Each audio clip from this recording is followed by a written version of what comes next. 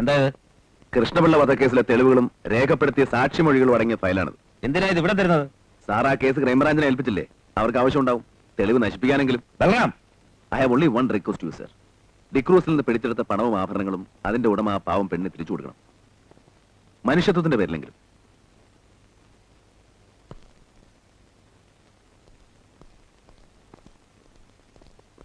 ബാലു നിക്ക്.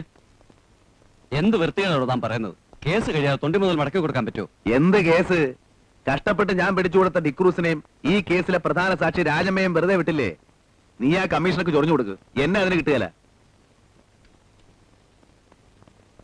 കടപ്പുറത്തുകാരി രാജമ്മ പുറത്തിറങ്ങിയില്ലേ? നാളെ നമുക്കെതിരെ അവൾ സാക്ഷി പറയാൻ ഇടവരരുത്.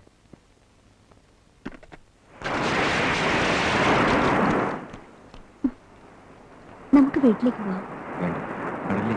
അയ്യേ, ഞാനില്ല. വെള്ളത്തിന്റെ നടുക്ക് കഞ്ഞിയും കുടിച്ച് ഉണക്കമേനും ചുട്ടുനിന്ന് കൂടാൻ. വാടി.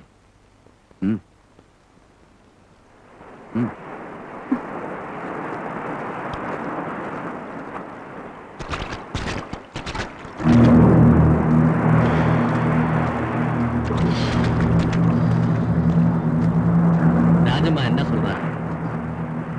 അവള് വരും.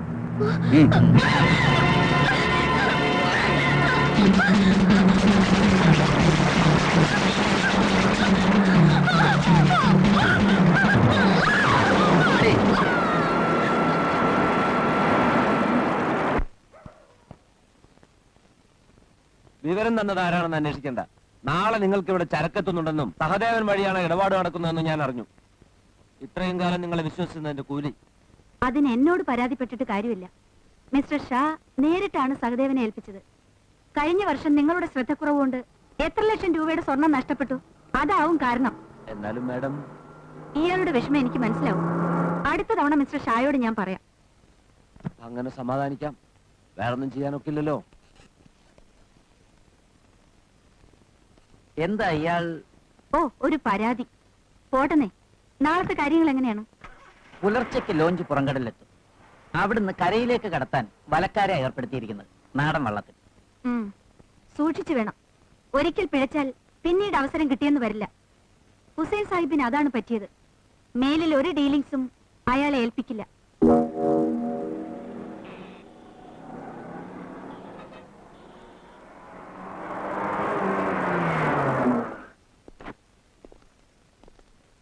എന്താ ഹുസൈൻ സാഹിബ് പതിവില്ലാതെ ഈ വഴിക്ക്? പറയാണ്ട്, സ്വകാര്യ. വരൂ.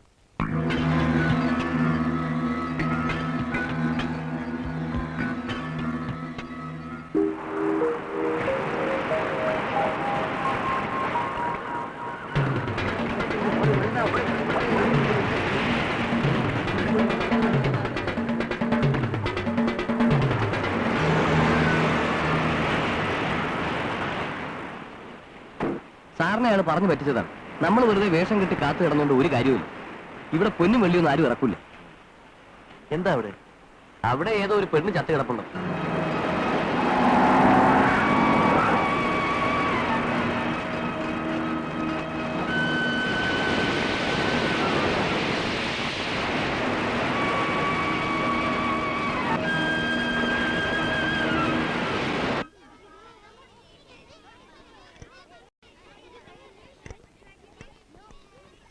ഇന്ന് തന്നെ പണി തീർക്കണം. നാളെ കുട്ടികൾക്ക് എക്സ്കർഷന് പോകാനുള്ളതാണ്. ശരി മേഡം.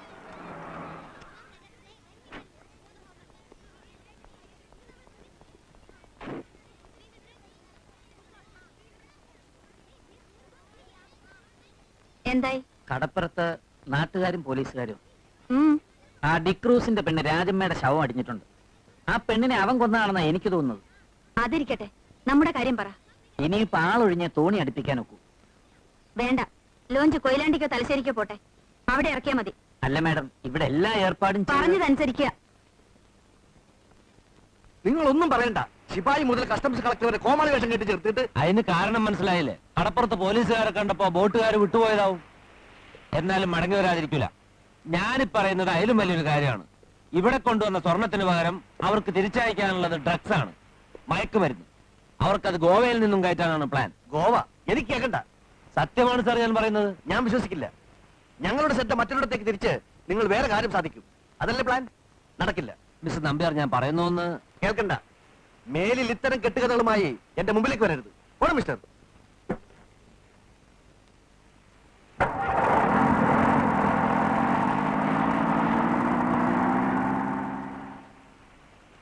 ഇവരെ കൊണ്ടും കാര്യമില്ല.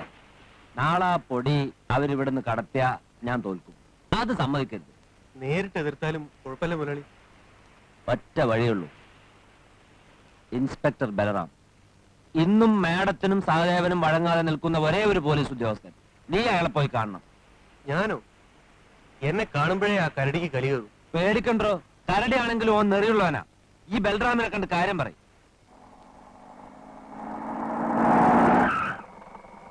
എന്താടോ സാർ, എനിക്ക് താൻ ആ ഹുസൈൻ സാഹിബിന്റെ ഡ്രൈവർ അല്ലേ? അന്നത്തെ തന്നെ എനിക്കൊരു കാര്യം പറയാനുണ്ട്. ഉം. പുറത്തറിഞ്ഞ തല പോകുന്ന കേസാ. നാളെ ഇവിടുന്ന് സഹദേവന്റെ പാർട്ടി ഗോവയിലേക്ക് കുറെ പൊടി കൊണ്ടുപോകുന്നുണ്ട്. എന്ത് പൊടി? മരുന്ന്, മയക്കുമരുന്ന്. മാഡത്തിന്റെ സ്കൂൾ കുട്ടികളെ നാട് കാണിക്കാൻ കൊണ്ടുപോകുന്ന ബസ്സിലാ. എടോ തോനെ സത്യമാണ് സാർ.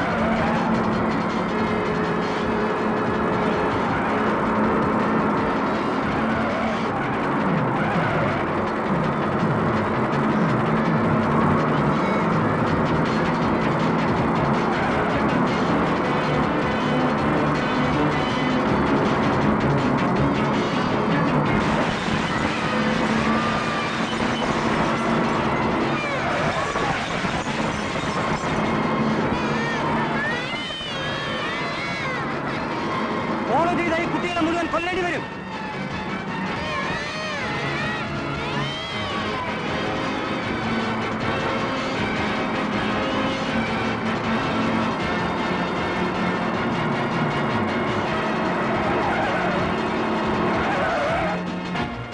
എന്താണ് പട്ടി കാണിക്കുന്നത്?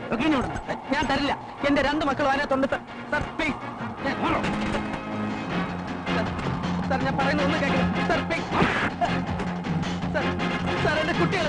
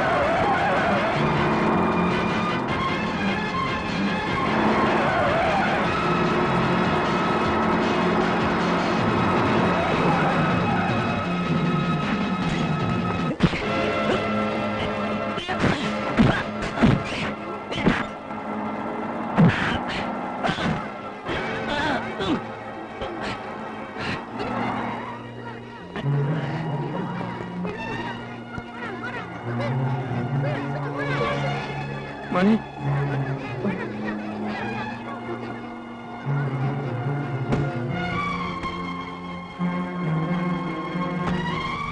സാരമില്ല. നിങ്ങൾ പേടിക്കണ്ട, പേടിക്കണ്ട.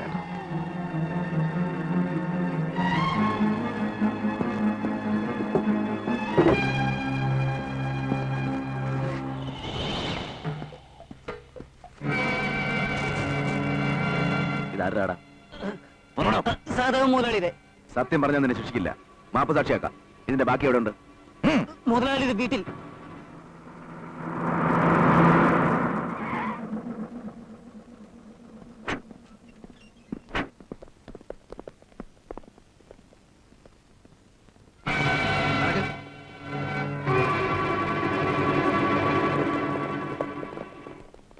എവിടെയാണ് ഒളിപ്പിച്ചു വെച്ചിരിക്കുന്നത്? കാണിച്ചു കൊടുക്കണം. സെർച്ച്. ഒരു സ്ഥലവും വിട്ടുപോരും.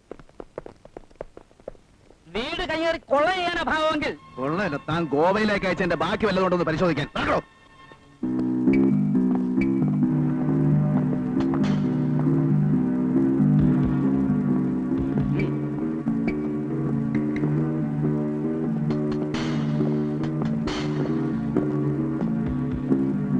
എവിടെയാണോ? ഇവിടെ. Sir,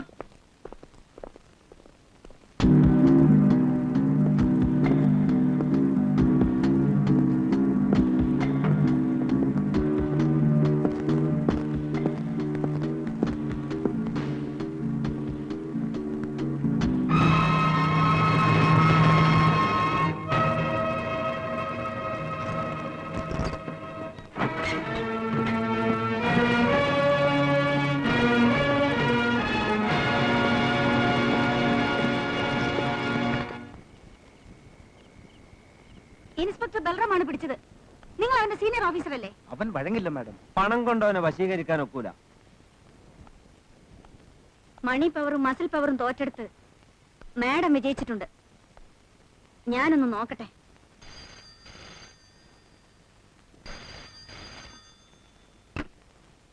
hello. നമ്മൾ തമ്മിലുള്ള ചെറിയ പിണക്കം തീർക്കാൻ. നിങ്ങൾ പണം മോഹിക്കുന്നവനല്ലെന്ന് എനിക്കറിയാം. എനിക്ക് സ്വകാര്യമായിട്ട് ആളെ ഒന്ന് കാണണം.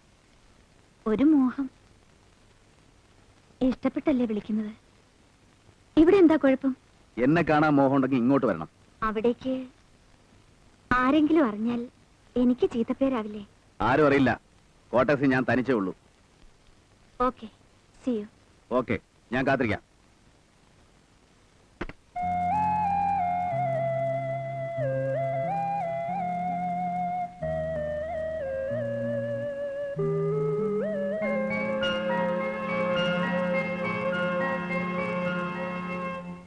ഇരിക്കൂ.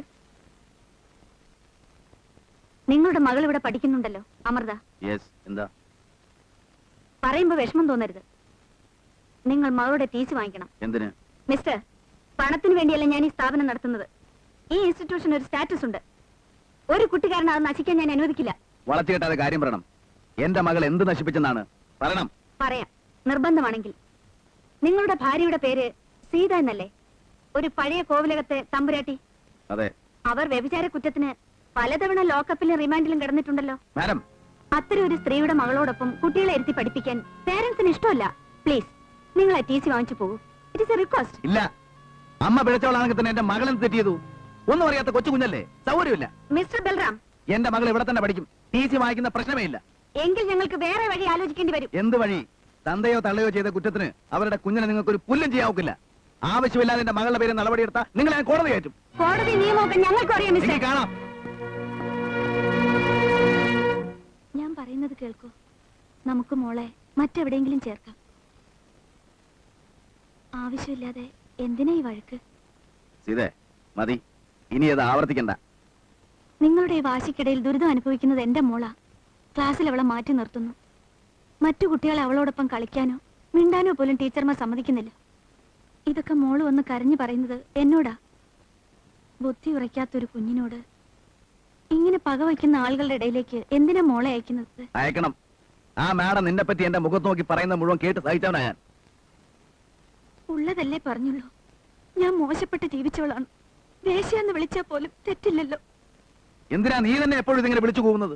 ഞാൻ ചെയ്ത പാപത്തിന്റെ ഫലം ഒരു ശാപം പോലെ മറ്റുള്ളവർ കൂടി അനുഭവിക്കേണ്ടി വരുമ്പോ അതെനിക്ക് സഹിക്കാൻ കഴിയുന്നില്ല. ഇതേ, ഞാൻ സഹിച്ചോളാം എന്തും. എന്നാൽ ഈ അമ്മ കാരണം ദിവസം ഉരുകി നശിക്കുന്ന ആ കുഞ്ഞിനെ കാണാൻ എനിക്ക് വയ്യ.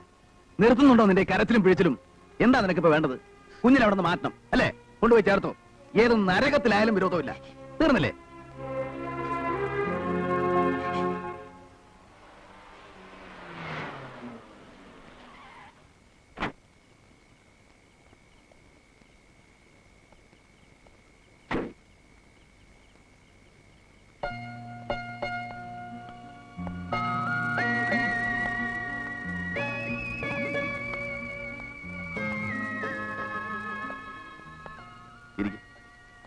Thank you.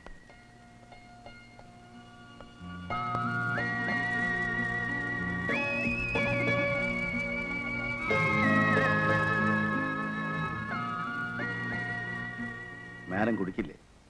ഒക്കേഷനിലെ but not this tough. ഇത് ഇന്ത്യൻ വിസ്കി അല്ലേ? നിങ്ങൾക്ക് ഫോറിനെ ഇഷ്ടപ്പെടുള്ളൂ എന്നറിയാം. പക്ഷേ ഇന്ന് എല്ലാ കാര്യത്തിലും എന്റെ ടേസ്റ്റ് ഷെയർ ചെയ്യുമെന്ന് കരുതി. ഓക്കെ.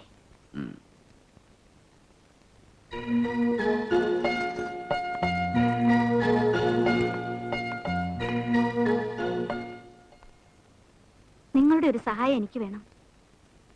സഹദേവനെതിരെ ചാർജ് ചെയ്ത കേസിൽ എന്റെ പേര് വരരുത്. ഇല്ലെങ്കിൽ അനവധി കുട്ടികൾ പഠിക്കുന്ന ഒരു സ്കൂളിന്റെ സ്റ്റാറ്റസ് അത് കാരണം നശിക്കാനിടയാവും. എന്താ നിങ്ങൾ? ഏയ്, ഒരു പഴയ കഥ ഓർക്കാൻ. 9 നാടുവാണ ഒരു കോവിലകത്തെ തമ്പുരാട്ടിക്കുട്ടി കുടുംബം പട്ടിണിയായപ്പോ ഒരു ജോലി തേടി തിരുവനന്തപുരത്ത് പോയ കഥ. താൻ വിശ്വസിച്ച് ആരുടെ ഒപ്പം പോയോ ആ നേതാവ് അവളെ ചതിച്ചു. പലരും ചേർന്ന് അവളെ ബലാത്സംഗം ചെയ്തു. എല്ലാം നഷ്ടപ്പെട്ട അവൾക്ക് പിന്നീട് ജീവിക്കാൻ വ്യഭിചാരം തൊഴിലാക്കേണ്ടി വന്നു. കുടുംബത്തൊരു നേരമെങ്കിലും ആഹാരം ഉണ്ടാക്കി കൊടുക്കാൻ. അവളെ പഴി പറഞ്ഞ നിങ്ങൾ പണവും ഐശ്വര്യവും ആവശ്യത്തിലേറെ ഉണ്ടായിട്ടും അതേ തൊഴിൽ എന്തിന് ഇങ്ങോട്ട് ഇറങ്ങി തിരിച്ചു? ഇത് പറയാനാണോ താൻ എന്നെ ഇങ്ങോട്ട് ക്ഷണിച്ചത്? അല്ലാതെ നിന്റെ സൗന്ദര്യം കണ്ടിട്ടാണെന്ന് കരുതിയോ?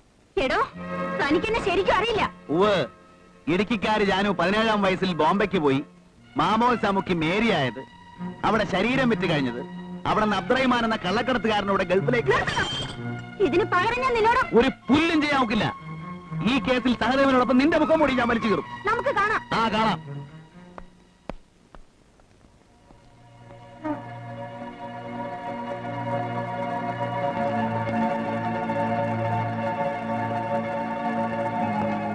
ഇനി എന്ത് ചെയ്യാം എന്നെ? നമുക്ക് അപ്പീലിന് ശ്രമിക്കാം. മിസ്റ്റർ സഹദേവനെ സബ് ജയിലിലേക്ക് കൊണ്ടുപോകുമ്പോ നിങ്ങളും കൂടെ വരണം.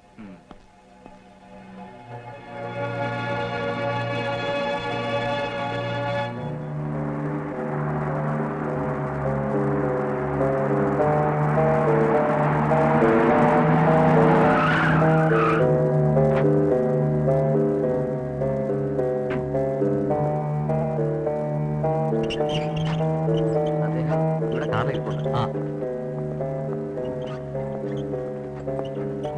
സൂപ്രണ്ട് സാറ് വന്നു. ഹലോ.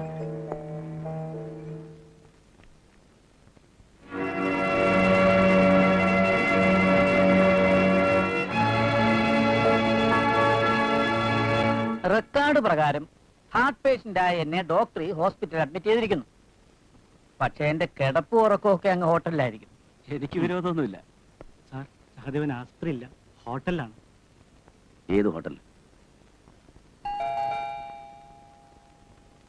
ആരാ വരണം?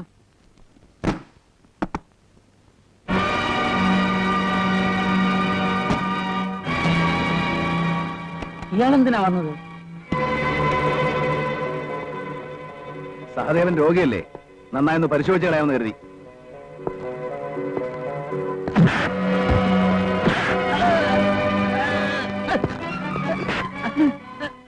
നിന്റെ റൗഡികൾ എന്റെ എല്ലൊടിച്ചു. അതിന് പകരം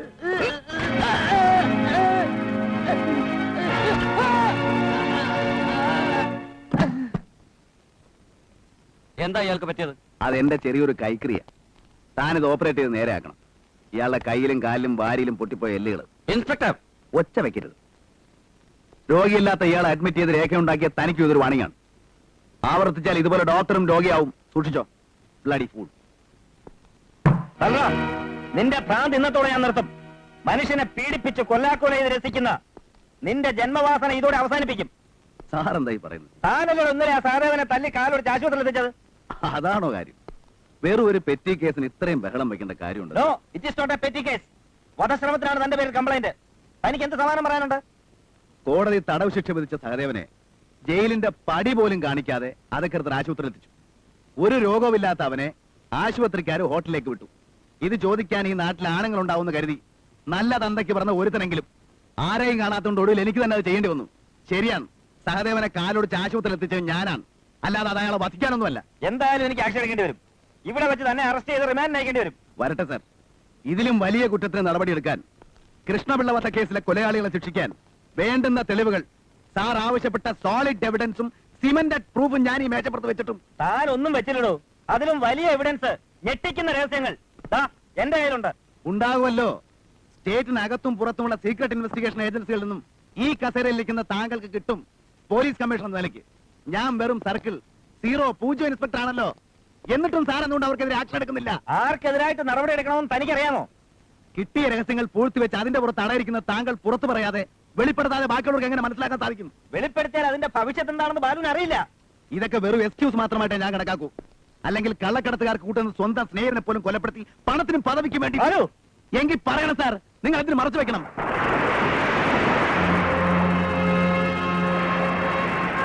അവരുടെ പേരുകൾ വെളിപ്പെടുത്താത്തതും ആക്ഷൻ എടുക്കാൻ മടിക്കുന്നതും പണം മോഹിച്ചല്ല.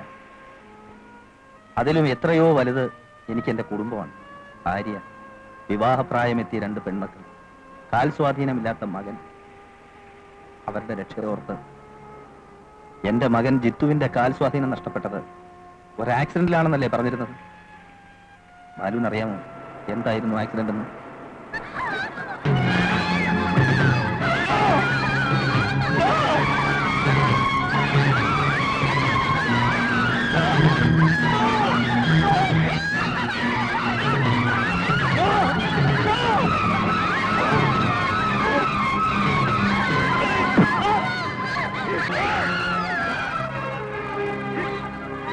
കമ്മീഷണറെ, തന്റെ കൺമുമ്പിൽ വെച്ച് വേണമെങ്കിൽ തന്റെ ഭാര്യയെയും പെൺമക്കളെയും നശിപ്പിക്കാനും തന്നെ അടക്കം ഒരുമിച്ച് തീർക്കാനും ഞങ്ങൾക്ക് കഴിയും. ഇപ്പോൾ ഈ പയ്യന്റെ കാലെ ഒടിച്ചുള്ളൂ. ഇതൊരു താക്കീതാണ്, സൂക്ഷിച്ചു. എന്റെ മേലുദ്യോഗസ്ഥന്മാരെ ഈ വിവരം അറിയിച്ചപ്പോ അവർ മൗനം ദീക്ഷിച്ചു, അറിഞ്ഞില്ല എന്നടിച്ചു. ഇവിടെ ഞാൻ എന്ത് ചെയ്യണം ബാലു? ഈ ക്രൂരത കാണിച്ചവരോട് എതിരിട്ട് മരിക്കാമായിരുന്നില്ല ബാലു. ഇതുപോലെ നാണം കെട്ട് ഭീരുവായി ജീവിക്കുന്നതിനേക്കാൾ ഭേദം അതായിരുന്നു. ഒരു സീനിയർ ഓഫീസർ എന്ന നിലയിൽ കവിഞ്ഞ് നിങ്ങളെ ബഹുമാനിച്ചവനാണ് ഞാൻ, അനുകരിക്കാൻ മോഹിച്ചവനാണ് ഞാൻ. ഇടക്കാലത്ത് നിങ്ങൾ ചെയ്ത പ്രവൃത്തികളിൽ എനിക്ക് സംശയം ഉണ്ടായിരുന്നു, വെറുപ്പുണ്ടായിരുന്നു. പക്ഷേ ഇപ്പൊ എനിക്ക് തോന്നുന്നു ഉറപ്പാണ്, ധീരനായ ഒരു പോലീസ് ഓഫീസറുടെ സ്ഥാനത്ത് ഇപ്പൊ എന്റെ മുമ്പിൽ നിൽക്കുന്നത് വെറും ഉണ്ണിപ്പെട്ടിയാണ്. ബാലു, സ്വന്തം മകന്റെ കാല് തല്ലി ഒടിച്ചവര് സ്വന്തം ഭാര്യയും മക്കളെയും കൺമുമ്പിലിട്ട് ഉടുതുണി പിച്ച് ചിന്തി ക്രൂരമായിട്ട് മാനം കടത്തിയാലും നിങ്ങൾ ഇതുപോലെ ഒന്ന് സഹിക്കുമായിരുന്നു. അല്ലെങ്കിൽ കുടുംബം എങ്ങനെ കഴിഞ്ഞാലും സ്വന്തം ജീവൻ രക്ഷിക്കാൻ വേണ്ടി ആ പെൺമക്കളെ നിങ്ങൾ അവർക്കൊണ്ടായി കൂട്ടിക്കൊടുക്കുമായിരുന്നില്ലേ?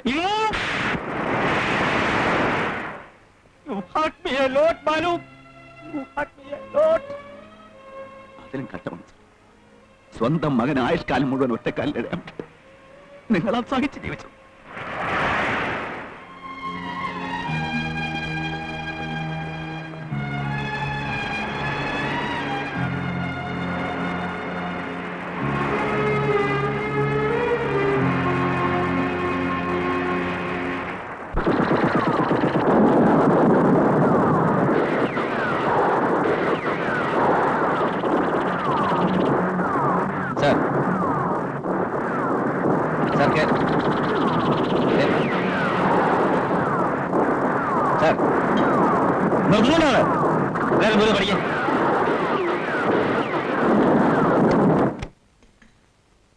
സോറി സർ, അത് കുട്ടികൾ TV വെച്ച്. സർ, ഇത്രയും കാലം ഞാൻ സഹിച്ചു, ഇനി വയ്യ. ഈ ക്രിമിനൽസിന് മേലെ ആക്ഷൻ എടുക്കണം. അതിനുവേണ്ട തെളിവുകൾ എന്റെ കയ്യിലുണ്ട്. പക്ഷെ സാറിന്റെ പെർമിഷൻ എനിക്ക് വേണം. കാര്യം പ്രതികളിൽ ചിലർ എനിക്ക് മേലെയുള്ളവരാണ്. ഇല്ല സർ, ഫോണിൽ പറയുന്നില്ല, ഞാൻ നേരിൽ ഒന്ന് പറയാം. നാളെ കാലത്ത് തന്നെ പുറപ്പെടാം സർ.